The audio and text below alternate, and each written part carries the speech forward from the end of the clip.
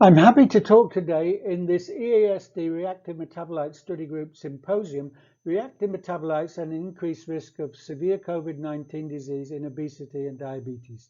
I'd like to talk about increased methylglyoxal in obesity and diabetes, friend or foe of SARS-CoV-2. I'm Paul Thornalley from the Diabetes Research Center, Qatar Biomedical Research Institute, Ahmad bin Khalifa University, Doha, Qatar. There is currently a global pandemic of infection by the SARS-CoV-2 coronavirus and related COVID-19 disease. Data from Johns Hopkins Coronavirus Research Center on 18th of September 2021, when this slide was prepared, shows we're in a global third wave of COVID-19 with 4.7 million weekly cases, 65,000 weekly deaths, and about 300 million weekly anti-COVID-19 vaccinations. The response of the biomedical research community to counter the COVID-19 pandemic has been the development of vaccines and novel antiviral drugs. Development of vaccines has involved inactivated virus vector, e.g. the AstraZeneca ChAdOx1, and DNA, RNA, and protein-based vaccines. Approximately 6 billion doses have been administered to date. Rapid development of antiviral drugs has been addressed by repurposing of existing clinically approved drugs, with limited success to date. Monoclonal antibodies and nanobodies have been developed to neutralize SARS-CoV-2. In silico and experimental screening of drugs against SARS-CoV-2 targets such as proteases is in progress. A further option is chemoprophylaxis for improved host resistance to infection and severe disease. This could be achieved by decreasing activity of host pathways essential for SARS-CoV-2 infection, COVID-19 and COVID-19 progression. This slide shows data from a well-known study by Williamson et al. On risk factors for severe COVID-19 from a study in the UK. It shows a well-known increase of risk of severe COVID-19 in elderly subjects, increasing to a hazard ratio of 38 in subjects over 80 years of age. There is increased risk in male compared to female subjects. There is increased risk in subjects with established chronic respiratory disease, and increased risk with increasing BMI, obesity, reaching a hazard ratio of about 2 with class 3 obesity. A similar hazard ratio of about 2 occurs in uncontrolled diabetes and is decreased with improved glycemic control. There is also an increased hazard risk of over 3 with chronic kidney disease stages 3 to 4. In this presentation, I'm talking about reactive metabolite methylglyoxal. Methylglyoxal is a reactive dicarbonyl metabolite primarily formed by the spontaneous low-level degradation of triose phosphates in glycolysis. This is an unavoidable leak from the triose phosphate pool, accounting for about 0.05% of glucotriose flux.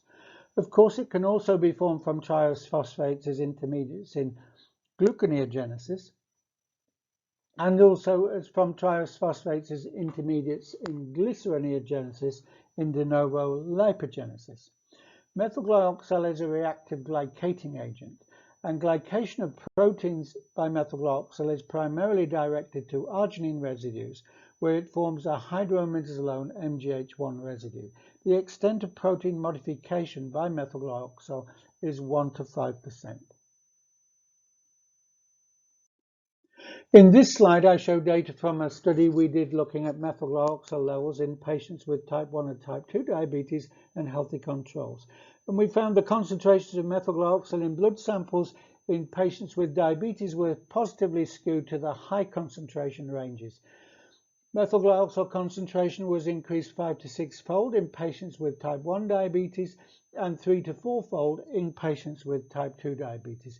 In fact, in this study, most of the patients with type 2 diabetes were also obese, so obesity could have contributed to some of the elevation of methylglyoxal. Methylglyoxal is increased in plasma progressively from healthy lean subjects to obese subjects to patients with diabetes and patients with renal failure.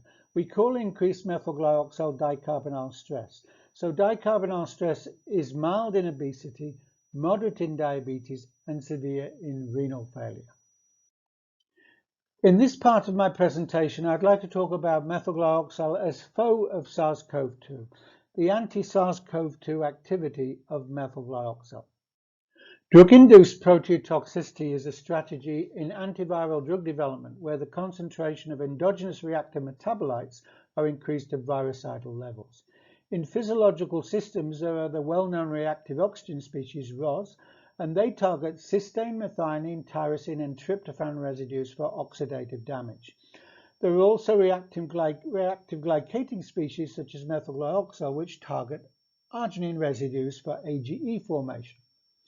When we looked at the SARS-CoV-2 proteome and looked at prediction of amino acids in functional domains of proteins, we found a slight negative enrichment of cysteine, methionine, tyrosine, and tryptophan in functional domains of the SARS-CoV-2 proteome compared to the human host proteome, but we found an enrichment of arginine residues about 5-fold in the SARS-CoV-2 proteome compared to the human host proteome. So the SARS-CoV-2 proteome is susceptible to modification by methylglyoxal in functional domains and therefore proteomic inactivation. In this slide, in panel A, I show an example of a receptor binding domain plot. In the trapezium shape labeled RBD are the predicted amino acid residues in the functional domain of the spike protein of SARS-CoV-2.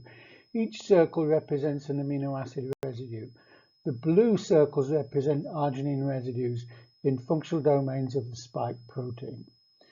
In panel B shows the fold enrichment of arginine residues in functional domains of SARS-CoV-2 proteins compared to the average frequency of amino acids in functional domains.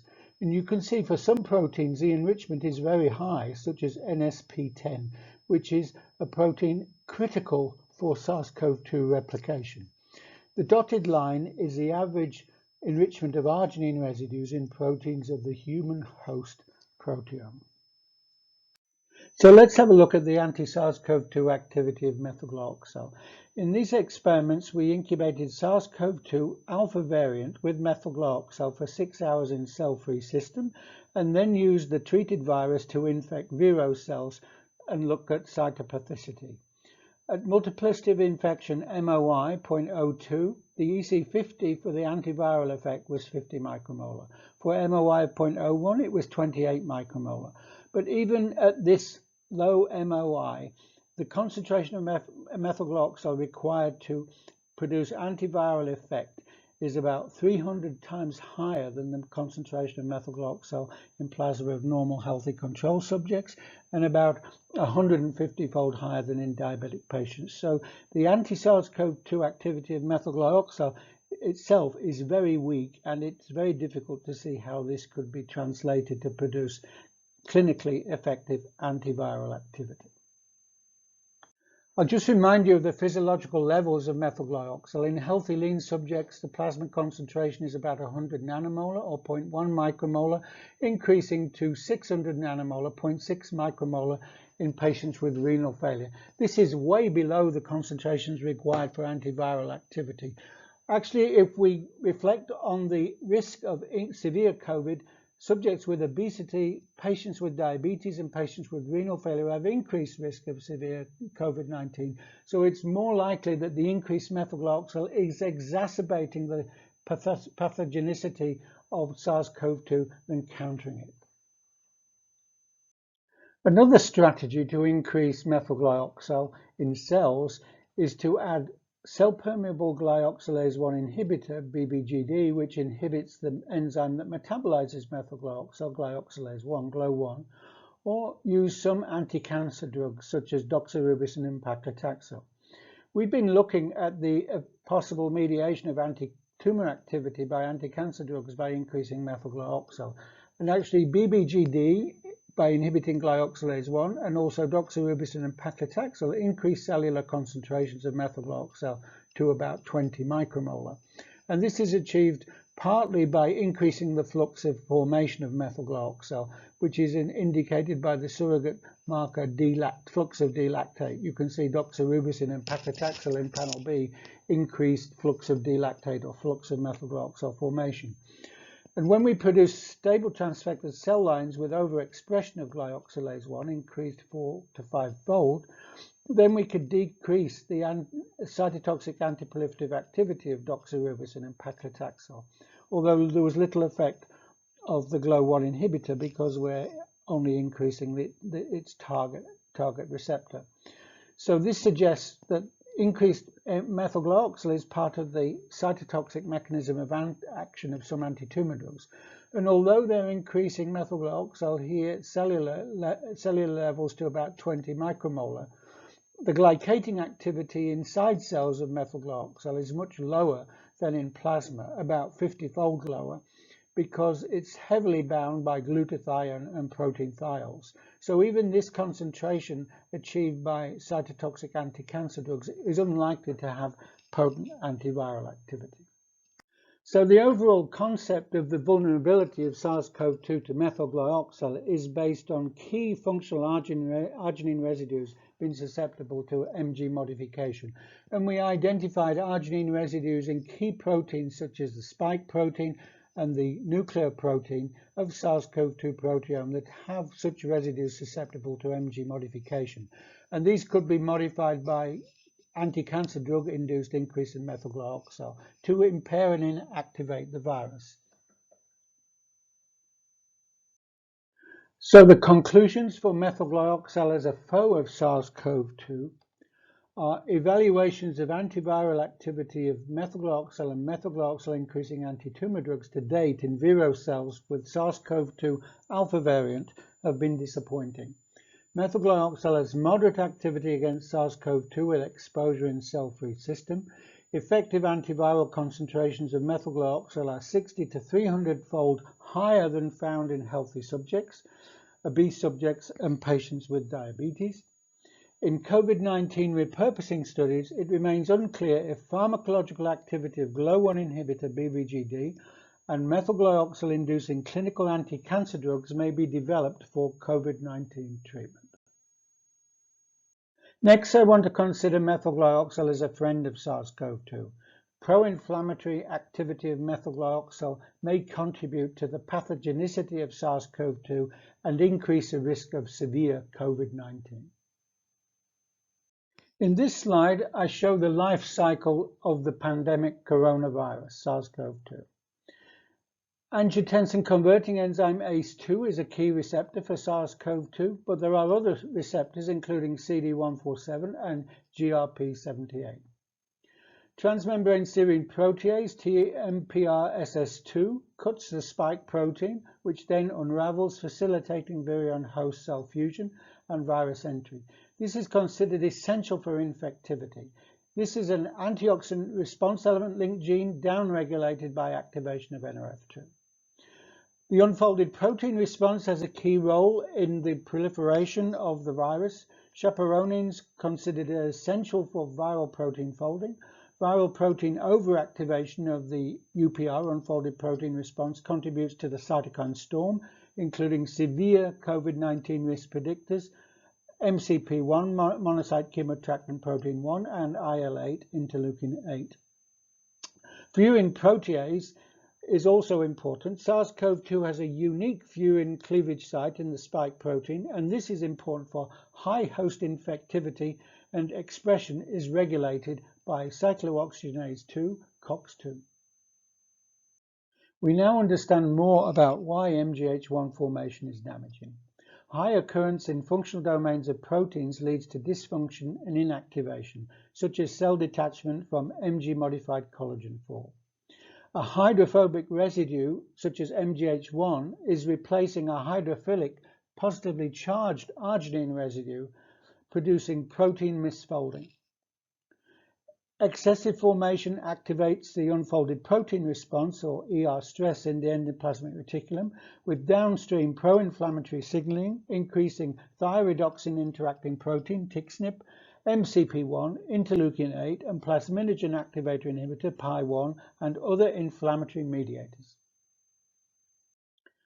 Endogenous extent of MG protein modification is low, 1 to 5%, but all MG-modified proteins are escorted to the proteasome by heat shock proteins, HSPs. Abnormal high heat shock protein occupancy by MGH1 modified proteins releases heat shock factor 1, HSF1, and Xbox protein 1, XBP1, from the cytosol and endoplasmic reticulum to activate inflammatory and prothrombotic signaling. This is activation of the unfolded protein response and ER stress in dicarbonyl stress. So how do we develop therapeutics to treat dicarbonyl stress? My team developed the strategy of glyoxylase 1 inducers, or GLO1 inducers. This is compounds which increase expression of glyoxylase 1, which is the main enzyme metabolizing methylglyoxal. Looking in the promoter region of the GLO1 gene, we found an antioxidant response element. So we can develop glyoxylase 1 inducers that activate transcription factor NRF2 and thereby induce GLO1 expression. If we look at the pharmacological merits of GLO1 inducers remove Mg catalytically with maximum efficiency. GLO1 is a very efficient enzyme. GLO1 inducers correct the functional deficit found in diabetes and obesity of tissue-specific decreased GLO1 protein and activity. And in preclinical studies, screening libraries of bioactive compounds, we found GLO1 inducer activity optimized to trans-resveratrol hesperidin combination, TRES HESP. In our GLO1 inducer development, we did a clinical trial, the Healthy Aging Through Functional Food, HATFF or HATFF study, which was a randomized double-blind placebo-controlled crossover clinical trial, with 8 weeks treatment, 6 weeks washout, and 29 subjects completing the study. They were overweight and obese subjects. The dietary supplement was by oral capsule once daily of 90 milligrams trans-resveratrol with 120 milligrams hesperidin. Target validation was increase of GLO1 activity in peripheral blood mononuclear cells, PBMCs, and decrease of plasma methylglyoxal, which we achieved. A 27% increase in GLO1 activity in PBMCs and a 37% decrease in plasma methylglyoxal. So why consider GLO1 inducer for COVID-19 chemoprophylaxis?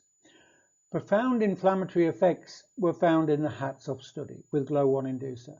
Major changes in gene expression in peripheral blood mononuclear cells with trans-resveratrol hesperidin were, in all subjects, interleukin-8 decreased 39%, COX-2 decreased 30%. In highly overweight and obese subjects with BMI greater than 27.5 kilograms per meter squared, interleukin-8 and COX-2 were decreased, but also MCP1 was decreased 49% and RAGE decreased 37%. Downregulation then of two risk predictors and likely risk factors of COVID-19 progression, which are elevated in diabetes and the aged lung, that's MCP1 and interleukin-8. Downregulation of COX-2 and thereby likely furin protease. Downregulation of major lung inflammation mediator, RAGE, and potential to downregulate TMPRSS2 through activation of NRF2. Recently, we completed preliminary studies of the investigation of anti-inflammatory activity of trans-resveratrol hesperidin in human small airway epithelial cell primary cultures. Biochemical analysis was Western blotting for basal levels of TMPRSS2 and furin. Basal gene expression studied after 72 hours for TMPRSS2, furin protease ACE2, GRP78, COX2 and RAGE mRNA, and basal secretion of MCP1 and interleukin-8. Here are the results. Incubation of small alveolar epithelial cells with 5 micromolar trans-resveratrol hesperidin for 72 hours decreases TMPRSS2 by 58% and furin protein by 43%. Incubation of the alveolar epithelial cells with 5 micromolar GLO1 inducer for 72 hours decreased expression of TMPRSS2, GRP78, COX2, and RAGE. And incubation of small alveolar epithelial cells with 5 micromolar GLO1 inducer for 72 hours decreased secretion of MCP1 and interleukin-8 by 29% and 25%. So how does GLO1 inducer work? Well, it increases expression of GLO1 and decreases dicarbonyl stress. This decreases activation of the unfolded protein response and improves both metabolic health and vascular health and decreases low-grade inflammation.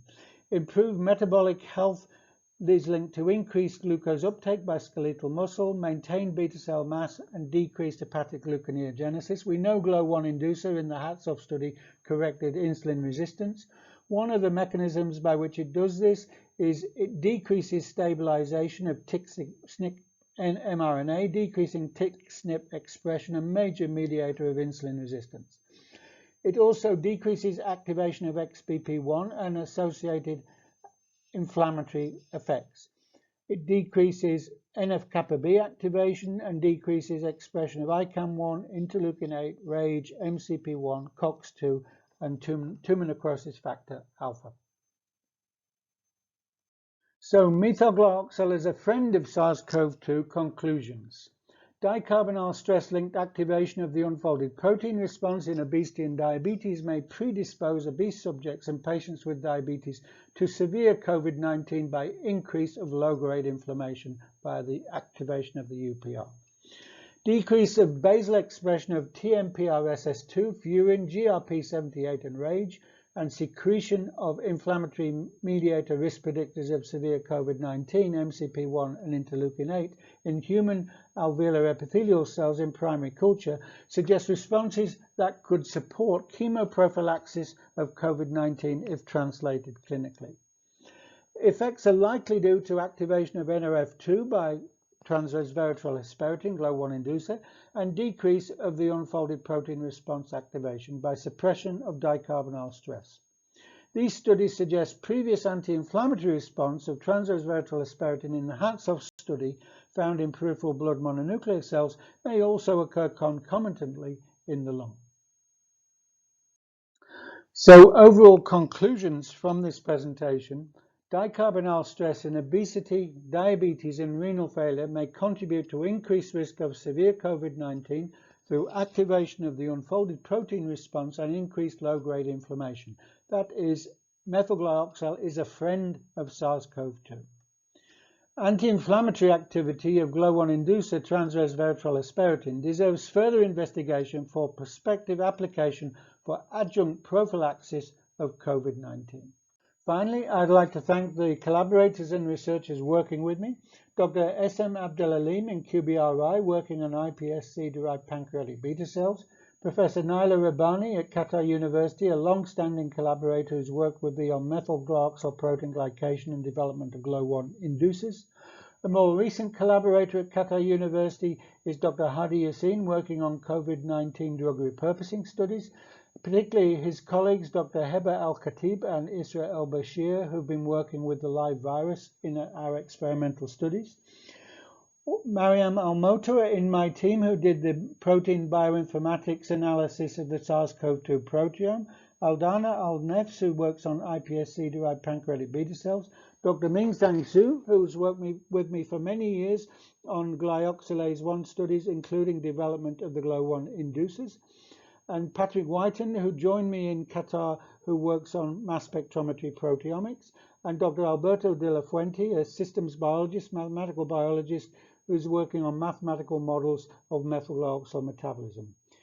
I'd also like to thank Qatar Foundation for funding my research program and Qatar University for funding a collaboration with Professor Naila Rabbani on anti-SARS-CoV-2 activity of methylglyoxal and methylglyoxal-inducing anti-cancer drugs. And I'd like to thank you. And I'd like to conclude by saying that methylglyoxal is a friend of SARS-CoV-2 rather than a foe of SARS-CoV-2, as we currently understand it. Thank you.